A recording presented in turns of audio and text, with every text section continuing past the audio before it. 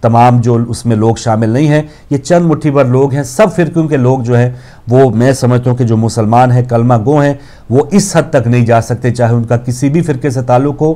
وہ مسلمان بھی نہیں ہو سکتے، وہ انسان ہی نہیں ہو سکتے کہ جو اس انداز میں بچوں کی لاشوں سے کھیلیں اور اس انداز میں وہ ایک ایسا آپریشن کر دیں کہ جس میں وہ بچوں اور خواتین اور بزرگوں تک کی تمیز نہ کریں. تو یہ ہم سب کے سامنے ہے. ناظرین، ٹیلی فون نمبرز آپ کے بھی سامنے ہیں، تو آپ ہمارے ساتھ شامل ہو سکتے ہیں کہ لال خون ہے، لال مسجدیں ہیں اور پھر کمیٹیاں ہیں. یہ آخر کھیل کب تک جاری رہے گا، اس پر آپ بھی شامل ہوں. جو بھی انڈیا، پاکستان میں، UK، یورپ میں لوگ پروگرام دیکھ رہے ہیں تو آپ آ سکتے ہیں. اور کچھ ایسے لوگ جن کے پرانے اسکائی باکس ہیں، شاید ان کو کوئی مسئلہ ہو تو اس کو ریسٹارٹ کر کے آپ نشریات دوبارہ دیکھ سکتے ہیں. تو جی بہن، ٹاپک کیسا ہے؟ یقیناً ٹاپک بھی بہت سن کے ہی مطلب دل دکھتا ہے کہ کس طرح سے ہمارے ملک پاکستان میں کہ خون کی ہولیاں کھیلی جا رہی ہیں. اور آپ دیکھ رہے ہیں جس طرح کہہ رہے ہیں لال مسجد جو ہے وہ ایک نہیں، یقیناً جو اتنی آپ یہ دیکھیں کہ کس طرح سے ہر شہر میں کس طرح سے آپ خون ریزی ہوتی رہی ہے. تو یہ صرف ایک لال مسجد کے نہیں، اس طرح کے اور مدرسے جو ہیں دوسری شہروں میں بھی ظاہر بنا دیے گئے انہوں نے.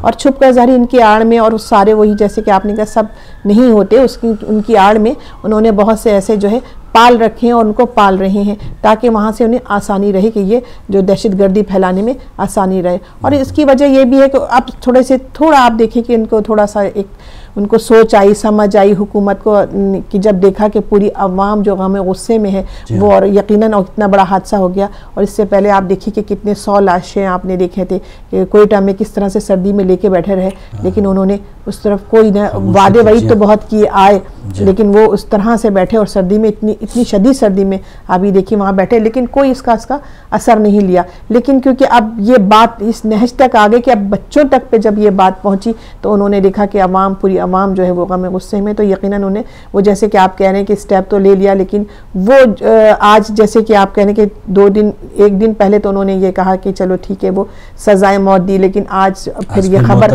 آپ معطل کر دی اور ان کے کچھ نہ کچھ ریزنز ہوں گے. تو مجھے نہیں سمجھ میں آتا کہ ریزنز کیا ہیں جب یہ آلریڈی اتنے عرصے سے سالوں سے اس میں ہیں اور سب کچھ ان کی کارروائی ہو چکی ہے، تو پھر مزید کیا ہے جبکہ انہیں سزا عمر قید کی دے دی گئی ہے. تو پھر کیا وجہ ہے کہ انہوں نے یہ واپس یہ معطل کیا ہے؟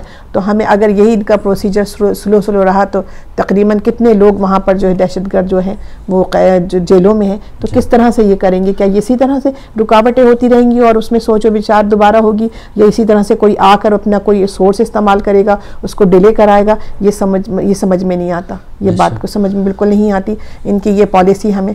کیونکہ جب ایک انہوں نے سٹیپ لے لیا ہے تو اس میں اس چیز کی ضرورت ہی پیش نہیں آنی چاہیے کہ غور و خوض کریں جب وہ سزا یافتہ ہیں. اور یہ صدر کی جو اپیل تھی رحم کی وہ بھی خارج ہو چکی، اور یہ ایک بالکل نامینیٹڈ ایک سزائے موت کے جو قیدی تھے جن کا انتظار کیا جا رہا تھا کہ عمل درآمد ہو. تو واقعی اس کا روکے جانا ایک بار پھر دوبارہ الارمنگ سچویشن ہے.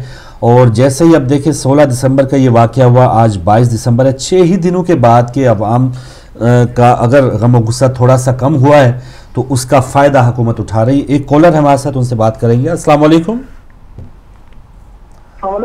وعلیکم السلام جی، ہمارے ساتھ کون کہاں سے؟ ہیلو جی السلام علیکم، کون کہاں سے بھائی؟ میں گلگت سے امیر حیدر کر رہا ہوں. امیر حیدر صاحب گلگت سے، جی بھائی کیا کہنا چاہیں گے؟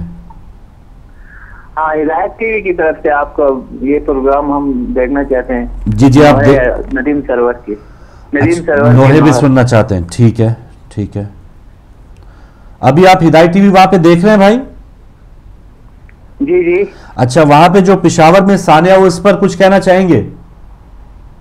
ہاں، پشاور کے سانحے تو بہت دکھ ہوئی ہے، یہ انسانیت کے اوپر ظلم ہے اور یہ وحشت اور بربریت ان ظالموں نے ان معصوم بچوں کے ساتھ کھیلا. ہمیں بہت افسوس ہے. صحیح. چلیں آپ کی کال ڈراپ ہو گئی. بہت شکریہ امیر حیدر صاحب. اور ایک خبر میں پڑھ رہا تھا گلگت کی ہی کہ وہاں پر بھی ایسے لوگ موجود ہیں، وہاں پر بھی کچھ ایسے عناصر موجود ہیں کہ محض نوحہ سننے کی وجہ سے وہاں پر شہید کر دیا گیا ایک نوجوان کو. ایک اور کالر. السلام علیکم. السلام علیکم. وعلیکم السلام. السلام علیکم بھائی. جی مہربانی نقوی صاحب، مہربانی. بہن آپ کو بھی سلام اور پرسا و امام کا. وعلیکم السلام، جزاک اللہ. بھائی بات یہ ہے کہ آج آپ نے جو ٹاپک رکھے ہیں، ایک ہی ٹاپک کافی تھا، آپ نے 3 ملا دیے ہیں اور بات بھی اتنی نہیں کر سکیں گے. جی بات کریں سر. تینوں ہی بہت بڑے ہیں جی، اور تینوں آپس میں ان کا لنک ہے، تینوں کا لنک ہے، اس وجہ سے ہے، لیکن بہت بڑا کام ہو جاتا ہے پھر، کیونکہ تینوں ہی اپنی حیثیت رکھتے ہیں. بے شک بے شک. اب بات یہ ہے کہ لال خون کو اگر پہلے دیا جائے تو بھائی مجھے یہ بتائیں کہ یہ لال خون جب 1400 سال پہلے شروع ہوا تھا تو کوفہ کی مسجد میں خون کرنے والے نے تو کر دیا، لیکن جس کا ہوا اس نے کہا فزت برب کعبہ، کہ رب کعبہ کی قسم میں کامیاب ہو گیا. تو لوگوں کو اس وقت ہی سوچ لینا چاہیے تھا کہ خون دینے والے ہمیشہ کامیاب ہوتے ہیں. سبحان اللہ. خون ان کا ہی کامیاب ہوتا ہے جو خون دیتے ہیں. پھر یہ خون آگے بھی چلا، چلتے چلتے امام حسن علیہ السلام تک پہنچا تو وہاں بھی جگر کا خون ٹکڑے بن کے باہر آیا تو وہ خون کامیاب ہو گیا، اور جو معاہدے سے پھر گیا، جس نے امام حسن علیہ السلام سے صلح کی، وہ معاہدے سے پھرا. خون دینے والے نے تو نہیں کہا کہ میں نے اپنی شرطیں جو ہیں وہ نہیں مانی. خون جس نے زہر دیا اس نے اپنے معاہدے سے انحراف کیا.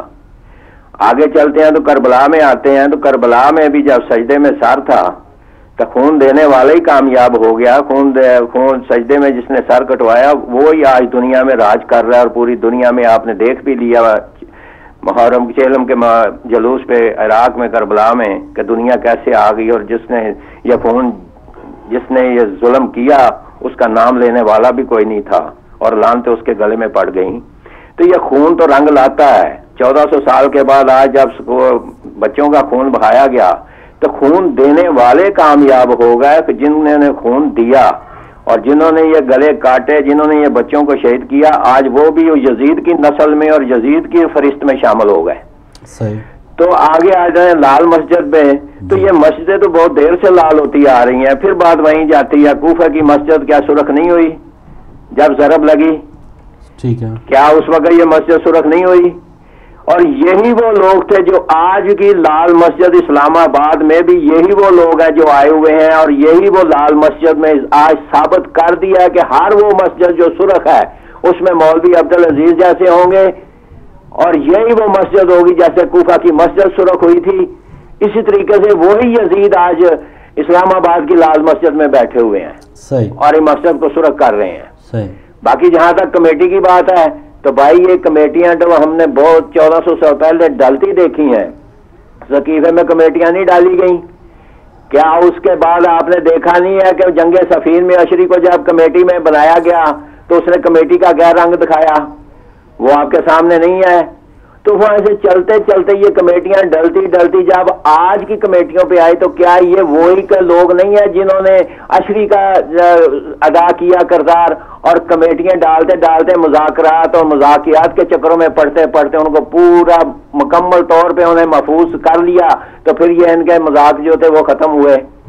آج بھی جو کمیٹی بنی ہے میرے بھائی یہ وہی کمیٹی ہے، وہی لوگ ہیں. کیا اس کمیٹی میں وہ لوگ نہیں ہیں جن کے ہاتھ خون سے رنگے ہوئے ہیں؟ شامل ہیں. کیا اس کمیٹی میں وہ لوگ نہیں ہیں جنہوں نے خود کہا تھا کہ وہ ہمارے بھائی ہیں، ہمارے بیٹے ہیں؟ تو جو قاتلوں کے بیٹے اور بھائی ہوں کیا وہ کمیٹیاں کامیاب ہو سکتی ہیں؟ یہ کبھی کامیاب نہیں ہو سکتی، کیونکہ ان میں وہ لوگ ہیں جن کے اپنے ہاتھ خون سے رنگے ہوئے ہیں، جو ان قاتلوں کے دہشت گردوں کے جنازے پڑھاتے رہے ہیں، یہ ان کمیٹیوں میں شامل ہیں. کیا یہ کمیٹیاں آگے جا کے کامیاب ہونے دیں گے یا کریں گے؟ بات بہت لمبی ہے، میں نہیں کر سکتا، بہت لمبا جاؤں گا، لیکن میں صرف اتنا کہوں گا کہ آپ پاکستان کے 18 کروڑ عوام سوچ لیں کہ یہ کمیٹیاں ڈلتی رہیں گی، آپ کے خون بہتے رہیں گے، پہلے بڑوں کے عورتوں کے بہتے رہے، اب بچوں تک آ گئی ہے بات. اس کے بعد آگے بڑھو گے تو آگے کیا رہ گیا ہے جس پہ یہ کمیٹیاں ڈالتے رہیں گے اور خون بہاتے رہیں گے؟ بچوں تک تو پہنچ گئے. مستقبل تو پاکستان کا آپ کے سامنے نظر آ گیا ہے. ان کمیٹیوں کی بجائے 18 کروڑ عوام وہ فیصلہ کریں جو چاہیے، جو ان کمیٹیوں کو بھی فنار کرے، کمیٹیوں والوں کو بھی فنار کرے اور پاکستان کو بچائے. تھینک یو، مہربانی. بہت شکریہ نقوی صاحب، بہت شکریہ. تاریخی پس منظر سمیت آپ نے بات کی، گفتگو، میسج پہنچایا. تو بالکل حقیقت ہے کہ یہ لال خون جو ہے یہ حق پر جو لوگ تھے وہ اپنا خون دے کے لوگوں کو، قوم کو جگاتے رہے ہیں، صدیوں پہلے بھی آج بھی.